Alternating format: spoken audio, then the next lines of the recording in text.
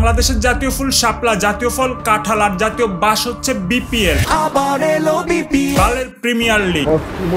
চলমান বিপিএল এ হয়েছে চরম অনিয়ম, ম্যাচ ফিক্সিং, পারিশ্রমিক জটিলতা, ঘটনা ঘটেছে, আমরা অ্যাকসেপ্ট করতেছি, যেগুলো সমাধান করতে করতে বিপিএল এর আয়োজনটাই শেষ হয়ে যাচ্ছে। এবারের আসর হবে বিপিএল ইতিহাসেরই অন্যতম কলঙ্কিত আসর। বিপিএল এর ভাবমূর্তি যে খুব একটা ক্লাস ছিল কখনোই না। গত 5-7-10 বছর ধরে সে একই ধারাবাহিক নাটক চলতেছে, তারপর আমাদের সো-কল খেলোয়াড়রা খেলতেছে। টঙের দোকানে সবাই জুয়া জেতার জন্য সে খেলা দেখতেছে, আর প্রোডাকশনের খাতিরে এরা নাচতেছে। এছাড়া বিপিএল নিয়ে আর কোনো হাইপ নাই। এক মাস ধরে বিপিএল থিম সং এর ভিউজ মাত্র 1.3 মিলিয়ন, অথচ রাকিব হোসেন এক সপ্তাহের চেয়ে বেশি ভিউজ কামায়। বিপিএল এর লোগো দেখলে মনে হয় নীলক্ষেত থেকে 200 টাকা দিয়ে এই লোগো কেউ বানাইছে। ট্রফি দেখতে তো পুরো হারিকেনের মতো। প্রতিটা বিভাগের ঐতিহ্যের সাথে দলের নামের কোনো মিল নাই, আবার দলগুলোর লোগোর সাথে জার্সির কোনো ভাইব নাই। আর প্রতি বছর কোনো এক নতুন দলের নতুন এক নাম, কারণ সব বোকা গুলো বিপিএল ম্যানেজমেন্ট করতেছে। আমি তো এটাই বুঝতাছি না বিপিএল অর্গানাইজ কেন করে। এতক্ষণে অনেকের মাথায় গু জমে গেছে আর কমেন্ট সেকশনকে শাবাক বানায় ফেলছে।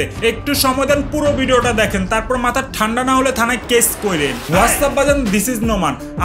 আমরা সবাই বাঙালি, আমরা আবেগ পছন্দ করি, কিন্তু তার চেয়েও বেশি আমরা ক্রিকেটকে ভালোবাসি, কারণ ক্রিকেট হচ্ছে জেন্টলম্যানদের খেলা।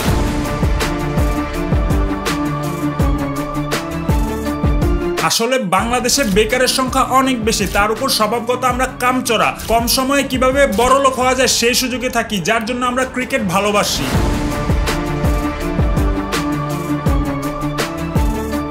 হ্যাঁ, কে কি দেখবে এটা একান্ত তার ব্যক্তিগত ব্যাপার, কিন্তু বাংলাদেশ দলের খেলা দেখলে আমার ব্রেন কোনো ডোপামিন রিলিজ করে না। বাংলাদেশ খেলোয়াড়দের খেলা দেখলে আমার ব্রেন কোনো ওয়াও ফিল করে না, যেমনটা আমাকে ইনস্টা ইনফ্লুয়েন্সার অথবা টিকটক ক্রিয়েটররা করায়।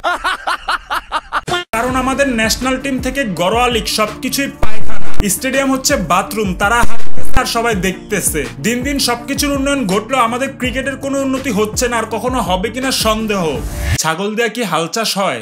হ্যাঁ, আন্ডার-19 সবাই ভালো খেলে, কিন্তু যখন তারা ন্যাশনাল টিমে চান্স পায় তখন এক একজনের গায়ে চর্বি জমে যায়। 1-2টা সিরিজ জিতলে ফ্ল্যাট ফ্রি, সাথে 2-4টা টিভিসি। বাজান, আমার ছেলে হলে আমি ওরে ডাক্তার ইঞ্জিনিয়ার বানাবো না, আমি ওকে ক্রিকেটার বানাবো, একদম পুরো সিকিউর ক্যারিয়ার। যেখানে ফেম পাইতেছে, গাড়ি বাড়ি নারী পাইতেছে, সেখানে জীবন যুদ্ধে আর কি লাগে?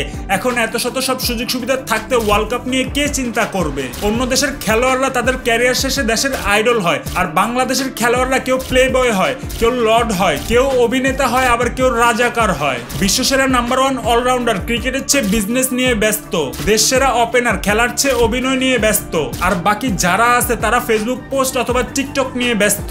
আসলে দোষ খেলোয়াড়দের না, দোষ আমাদের, কারণ আমরা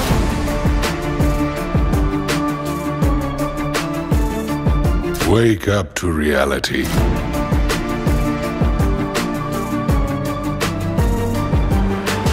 এখন আবার কেউ পাপনের দোষ দিয়েন না, অস্ট্রেলিয়া আর ইন্ডিয়া আইসিসি চালায় এটা বললেন না, কেননা নিজের দোষ ডাকতে আরেকজনকে দোষারোপ করা আর অমাবস্যায় আলো খোঁজা একই কথা। আমরা যে মাঠে দক্ষ না এটা মানতে শিখুন। আজকাল আবেগ দিয়ে পেট চলে না, আর আপনি আসছেন ক্রিকেট চালাতে। মাই ব্যাড, আজকাল আবেগ দিয়েই পেট চলে। মানবতার ভিডিওগুলো দেখেন নাই? ঠিক একই রকম আজকাল আবেগ দিয়ে ক্রিকেটও চলে। লটকিন লিটনকে দেখেন, কোনো কিছু অ্যাচিভ না করেও এখন নাই সিম্পেথি পাচ্ছে। Emotions plus hype equal to পারফরমেন্সের মায়ের, মানে বাঙালির দরদ একদম উতলায় উঠতেছে। হ্যাঁ, বিপিএল এ আপনি সেঞ্চুরি না 1000 রান করেন তাতে কিছু যায় আসে না, যদি দলের বিপদে 10টা রানই করতে না পারেন। যাই হোক, বিশ্বমঞ্চে ভালো পারফরমেন্সের জন্য ঘরোয়া আসরের আয়োজন করা হয়, যেন প্লেয়াররা তাদের পারফরমেন্স ধরে রাখতে পারে, যেন আন্ডাররেটেড প্লেয়ারদের খোঁজ করতে পারে। কিন্তু আমরা তো ঠিকমতো ঘরোয়া আসরেই খেলতে পারি না, বিশ্বমঞ্চে তো আমরা ফটোশুট করতে যাই। ওয়েল, বাংলাদেশ প্রিমিয়ার লিগ দাপ করে হয়ে গেছে বঙ্গবন্ধু প্রিমিয়ার লিগ, এখন আবার হয়ে গেছে বাংলাদেশ প্রিমিয়ার লিগ। ভাবছিলাম এবার হয়তো একটু পরিবর্তন আসবে, কিন্তু না, লাউ মানি কদু আর কদু মানি লাউ। হ্যাঁ, আমরা ক্রিকেট খেলার চেয়ে নাটক কাহিনী আর মুরুক্ষদের নিয়ে ব্যস্ত থাকি। আর এখন তো বিপিএল ইনস্টা ইনফ্লুয়েন্সার আর টিকটকারদের নিয়ে ব্যস্ত। অন্য দেশে প্রিমিয়ার লিগ হয় পুরো দেশকে এন্টারটেইন করানোর জন্য, আর বাংলাদেশে প্রিমিয়ার লিগ হয় মিম বানানোর জন্য, সুন্দরী মেয়েদের দিয়ে রিচ বাড়ানোর জন্য। ফেসবুকে এসব পোস্ট না দেখলে আমি জানতামই না যে বিপিএল চলতেছে। বিশ্বের সবচেয়ে ধনী ক্রিকেট বোর্ড হচ্ছে অস্ট্রেলিয়া, আর দ্বিতীয় ধনী ক্রিকেট বোর্ড হচ্ছে বাংলাদেশ। আর এই হচ্ছে তাদের ঘরোয়া লিগের উদ্বোধন। এবার তো তবু ঠিক আছে, গতবার তো শুধু বেলুন দিয়ে চালায়া দিছে। তার উপর দেশে গরিব যেখানে না খেয়ে মরে, সেখানে রাহাত ফাতে আলী খান 3 কোটি টাকা চাটে। ও হ্যাঁ, গরিবদের জন্য তো মানবতা ফেরিওয়ালারা আছে। বিপিএল হচ্ছে বাংলাদেশের সর্বোচ্চ আসর, আর এই আসর দিয়ে পুরো বিশ্বমঞ্চে সম্ভব না হলেও এশিয়ার মধ্যে বাংলাদেশকে রিপ্রেজেন্ট করা খুব সহজ ছিল। পুরো এশিয়া জুড়ে বাংলাদেশের হাইপ জমানো সহজ ছিল, কিন্তু না, আমরা তো হেইও করে ঠেলা গাড়ি ঠেলি আর হুদাই ছাগলের 3 নাম্বার বাচ্চার মতো নাচি।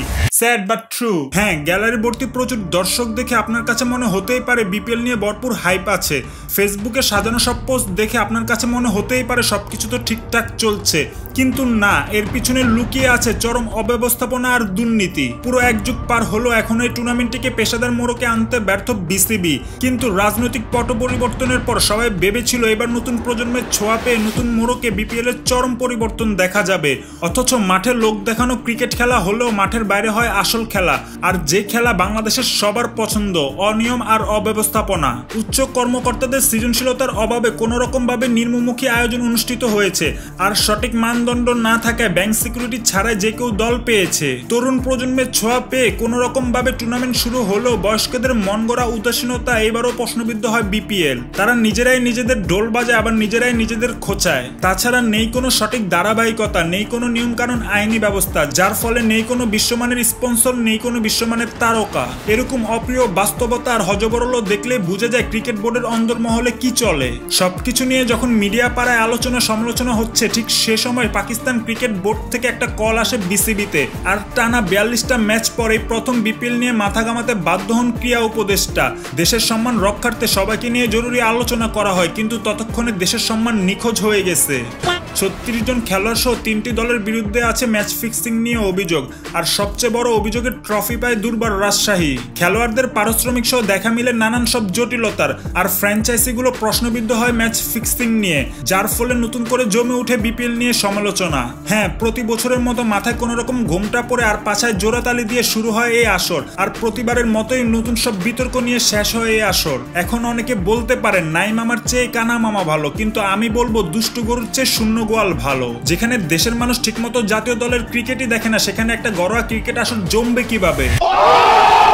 সত্য মানতে শিখুন। আমাদের নিউ জেনারেশন যেভাবে আগাচ্ছে আর বাংলাদেশ ক্রিকেট যেভাবে চলতেছে, এভাবে চলতে থাকলে আগামী 5-7-10 বছর পর বাংলাদেশ ক্রিকেটের কোনো অস্তিত্বই থাকবে না। হ্যাঁ, এসব আসন নিয়ে সময় নষ্ট করার চেয়ে আমাদের আগে ন্যাশনাল টিম নিয়ে মনোযোগ হওয়া উচিত। আমাদের আগে ইন্টারন্যাশনাল গেমগুলোর উপর ফোকাস দেওয়া উচিত। ট্রাস্ট মি, বিপিএল যদি ওয়ার্ল্ড ক্লাস স্ট্যান্ডার্ডও মেনটেন করে, তারপর ওই ফিল্ডটা আসবে না যে ফিল্ড বাংলাদেশ আইসিসি ওয়ার্ল্ড কাপের সেমিফাইনালে গেলে আসবে। পিস।